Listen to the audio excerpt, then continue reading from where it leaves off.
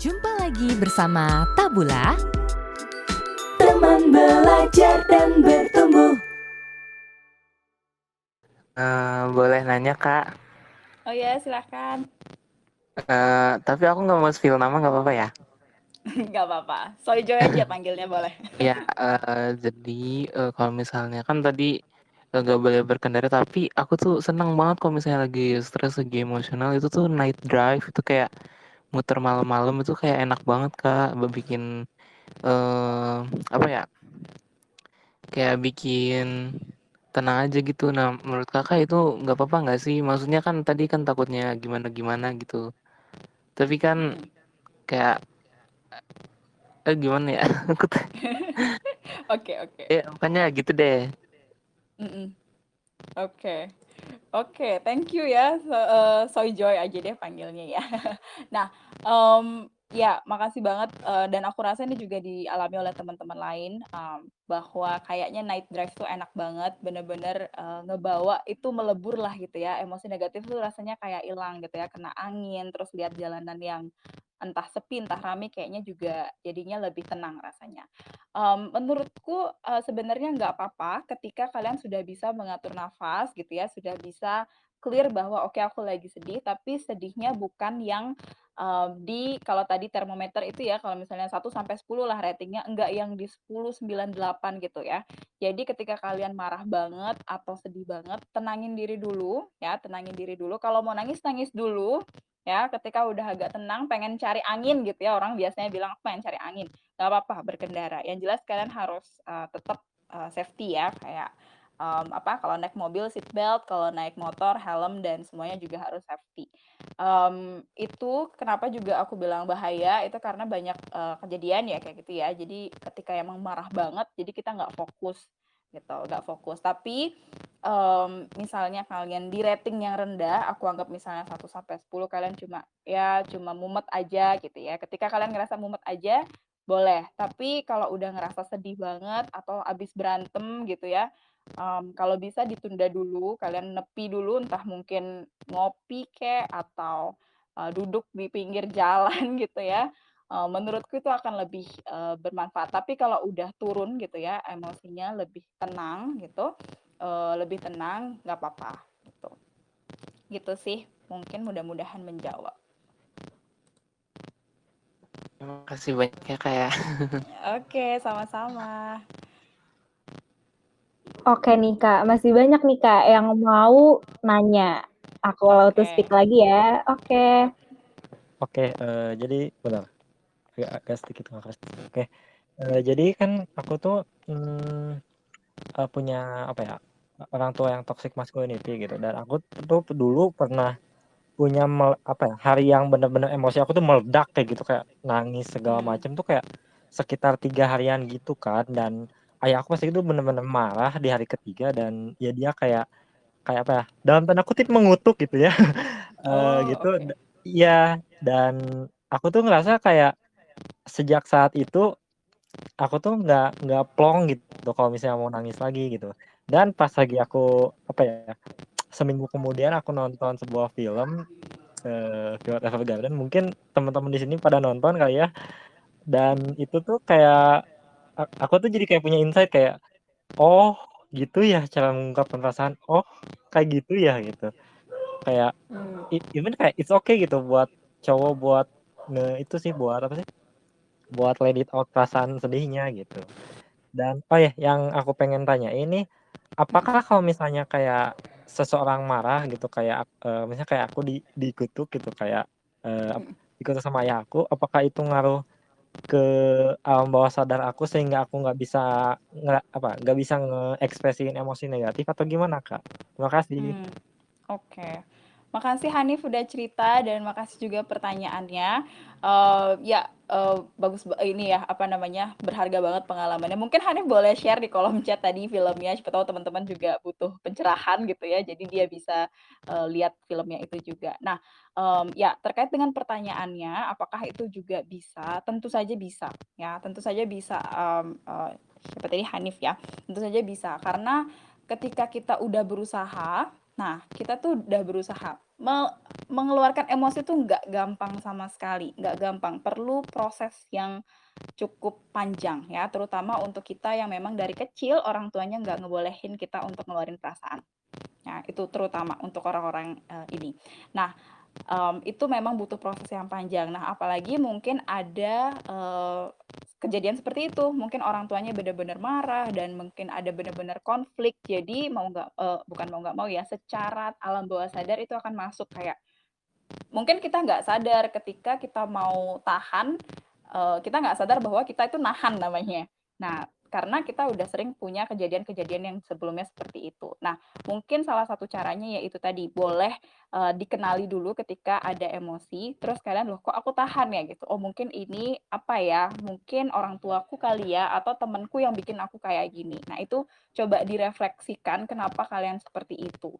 Dan salah satu caranya bagus banget, Hanif tadi bilang adalah nonton film. Banyak banget sekarang ada film, series gitu ya, video atau mungkin kisah dari seseorang bahwa dia bisa melalui hal-hal seperti itu. Dan untuk teman-teman yang juga punya kejadian atau pengalaman yang sama, boleh banget saling sharing sehingga positif gitu ya, positif yang terbangun gitu solusinya. Gitu sih, mudah-mudahan menjawab. Oke, jadi rame ya itu ngomongin filmnya, yes, anime. Oke, mungkin ada yang lain, Tara? Ada Kak, namanya Gani Subrata. Udah aku allow to speak. By the way, Hanif, makasih atas pertanyaannya. Oke, halo Kak Wirma, saya Gani. Aku ingin Halo. tanya sedikit. Jadi aku itu apa ya, akhir-akhir ini sering rasa capek. Capek itu karena lagi banyak banget tugas dan banyak project yang harus dikerjakan. Dengan banyaknya tugas itu kan jadi capek sehingga saya tuh kadang jadi gampang marah dan capeknya itu tuh bukan capek yang 5 menit nanti hilang, tapi capek yang seharian gitu, Kak. Jadi kayak Mm-mm. seharian dan berkelanjutan. Nah, aku mau pengen tanya, kira-kira Kakak tahu nggak cara mengatasinya gimana? Terima kasih. Mm-mm. Terima kasih Gani pertanyaannya. Nah ini sangat relate aku rasa dengan semua orang dan aku juga ya mungkin teman-teman di teras piknik juga karena kita lagi banyak banget project dan tugas-tugas yang harus diselesaikan. Jadi wajar banget kamu ngerasa kayak gitu. Kadang kita kalau capek kan rasanya apa ya, ketika ada orang nyinggung dikit rasanya aduh udah dong nggak usah nanya lagi, atau aduh kesel itu doang ditanyain lagi gitu ya. Jadi pokoknya kita akan jadi gampang marah, gampang emosi karena energi kita tuh udah terkuras habis dengan hal-hal yang memang jadi kewajiban, bukan yang kita nyari-nyari sendiri, emang udah kewajiban kita gitu. Jadi di sini mungkin yang bisa aku sarankan, tadi aku kayaknya belum masukin deh, self care ya. Sayangi diri kalian sendiri, sesibuk-sibuknya kalian ya, sesibuk-sibuknya kalian ketika memang sedang banyak hal gitu yang dilakukan, kalau bisa lakukan me time gitu. Ngerjain tugas, oke, ngerjain disuruh ibu misalnya bantu ngurus rumah, oke. Terus ngerjain project kerjaan gitu ya, semuanya dikerjakan, tapi untuk diri sendiri sampai lupa. Makanya kita jadinya suka marah karena kita nggak ada waktu untuk diri sendiri. Nah, memang ini butuh time management, tapi menurutku self care itu penting banget. Paling nggak tiap hari ada waktu 10 menit, 20 menit untuk diri sendiri. Untuk yang lagi banyak kerjaan, kalau bisa makan jangan sambil ngerjain kerjaan gitu ya. Makan ya makan aja gitu. Siapa tahu memang makan adalah sebuah self care. Makanannya enak, terus juga jadi bisa nikmatin waktu istirahat gitu. Jadi aku sendiri aku suka nonton Netflix. Jadi paling nggak ketika satu hari yang bener-bener full banget, paling nggak aku menyempatkan 20 menit untuk nonton Netflix gitu. Jadi mungkin di sini teman-teman beda juga, ada yang suka masak misalnya, pokoknya aku harus baking lah gitu. Atau ada yang punya binatang peliharaan, kucingnya di rumah atau anjingnya di rumah. Jadi biar ada sesuatu yang bikin kita happy walaupun cuma 20 menit sampai 30 menit sehari. Itu menurutku penting banget karena bukan berarti juga kita terlalu sering ya akhirnya kita melepaskan atau melupakan tanggung jawab gitu ya, tapi Kita tetap sama tanggung jawab, tapi kita juga nggak lupa sama diri kita sendiri, ya. Ngobrol sama anjing, ngobrol sama kucing, atau mungkin nonton Netflix, atau mungkin makannya pelan-pelan banget ya, dirasakan, diresapi gitu. Itu adalah salah satu bentuk self care juga. Olahraga, berdoa, mungkin teman-teman di sini ada yang kalau berdoa rasanya lebih tenang, itu juga bisa salah satu cara gitu. Jadi biar kita nggak terlalu fokus sama hal di luar, tapi sama hal yang di dalam juga gitu sih. Gani, terima kasih pertanyaannya, mudah-mudahan menjawab. Terima kasih juga Kak saran-sarannya. Terima kasih. Oh, selamat malam Kak. Malam. Kedengaran suaraku Kak? Kedengeran. Oke, jadi gini Kak. Jadi kan aku punya kakak. Nah, aku tuh tipe orang yang selalu kasar sama kakakku karena dia itu punya masalah yang sama pacarnya. Jadi setiap hari aku tuh punya berantem sama dia, itu bisa seharian full kayak gitu. Jadi itu optionnya itu antara satu harus melampiaskan setiap hari kepada dia, atau di option kedua aku harus keliling-keliling nggak jelas, duduk stay di pantai untuk sunsetan, tapi itu rasanya itu nggak full lega Kak. Jadi gimana itu sarannya Kak? Mohon sarannya Kak. Oke, makasih Riko untuk pertanyaannya. Ya, permasalahan dengan saudara itu mungkin juga nggak bisa kita hindari ya, karena kita kan satu rumah sama dia. Jadi ya lihatnya dia lagi, kesel lagi gitu. Apalagi kalau ada problem seperti yang Riko rasakan ini. Jadi otomatis kita rasanya ingin pergi ya dari situ, pokoknya pengen pergi aja. Nah, mungkin aku nggak tahu persis permasalahannya seperti apa, tapi Riko bisa atur diri sendiri dulu, dalam artian merespon emosinya itu seperti apa ketika marah gitu ya.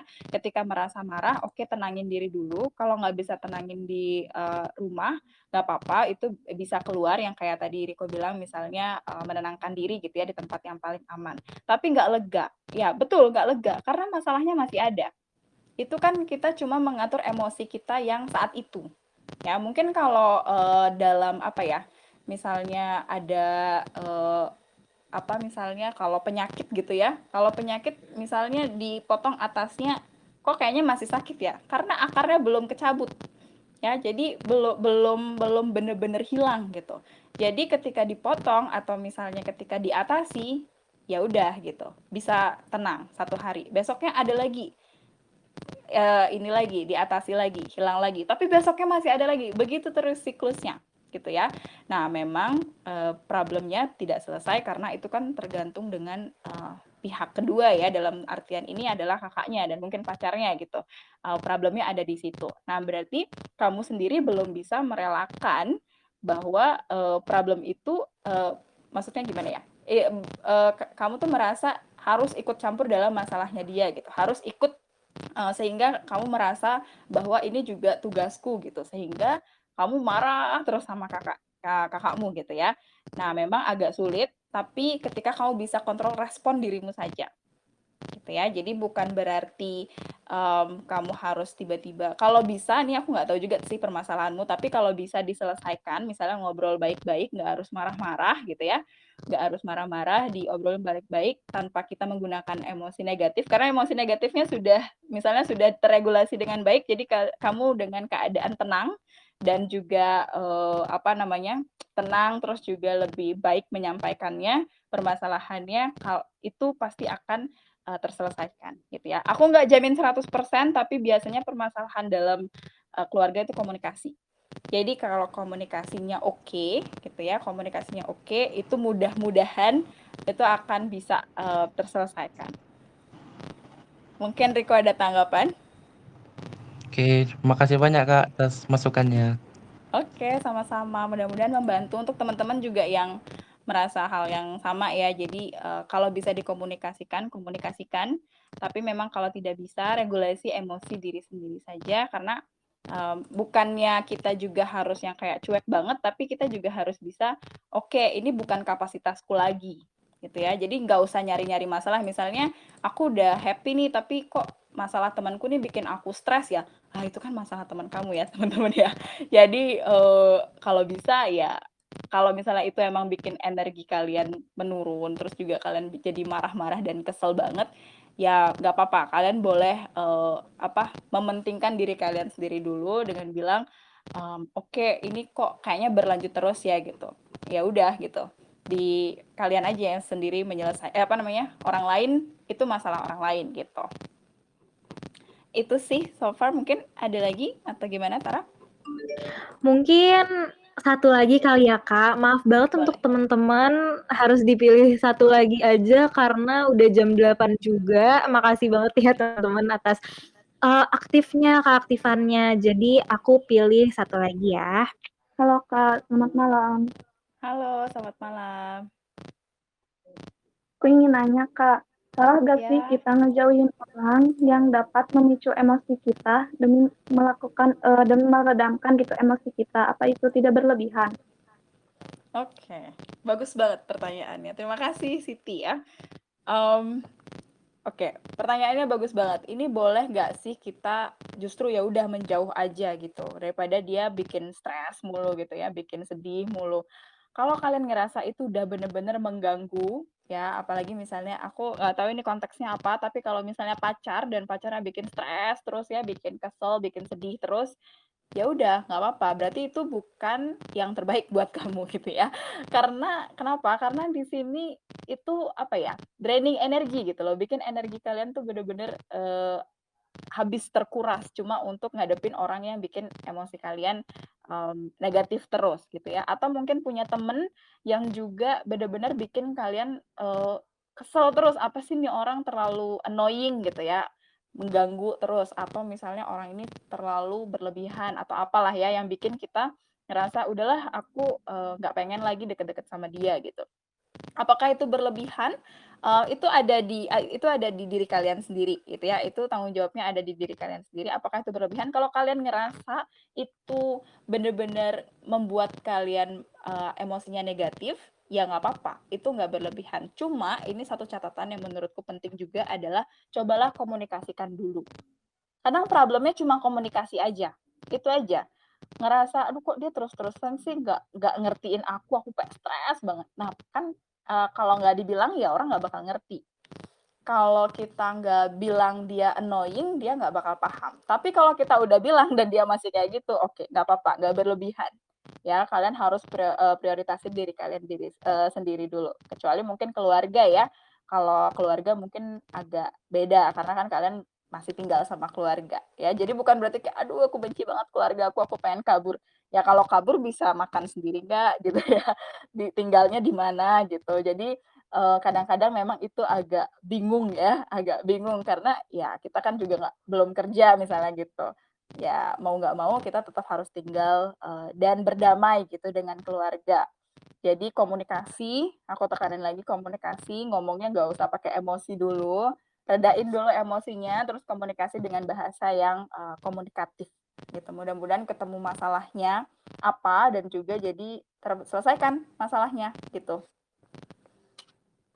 Gitu Siti, mudah-mudahan menjawab. Terima kasih pertanyaannya. Iya Kak, sama-sama. Makasih juga jawabannya Kak. Iya, sama-sama. Karena masih banyak nih Kak sebenarnya yang tadi mau nanya. Sebenarnya Kakak sendiri atau dari Teras Piknik bisa nggak sih Kak buka seperti sesi pertanyaan atau menjawab DM teman-teman kalau misalkan mereka ada pertanyaan nih ke Kakak? Oke, boleh banget, boleh banget. Jadi teman-teman yang mungkin ada pertanyaan lanjutan, boleh banget ya di Teras Piknik langsung boleh DM langsung ke Teras Piknik di teraspiknik.id ya. Atau Instagram aku juga boleh ya. Jadi Instagram Teras Piknik, teraspiknik.id atau Instagramku di Irmayani. Oke, nah teman-teman bisa nih nanya-nanya ke situ ya. Nah, berhubung kita udah di penghujung acara juga nih, aku mau berterima kasih sekali lagi sama teman-teman dan sama Kak Irma juga. Thank you banyak ya teman-teman. Thank you ya. Ya. Teman-teman.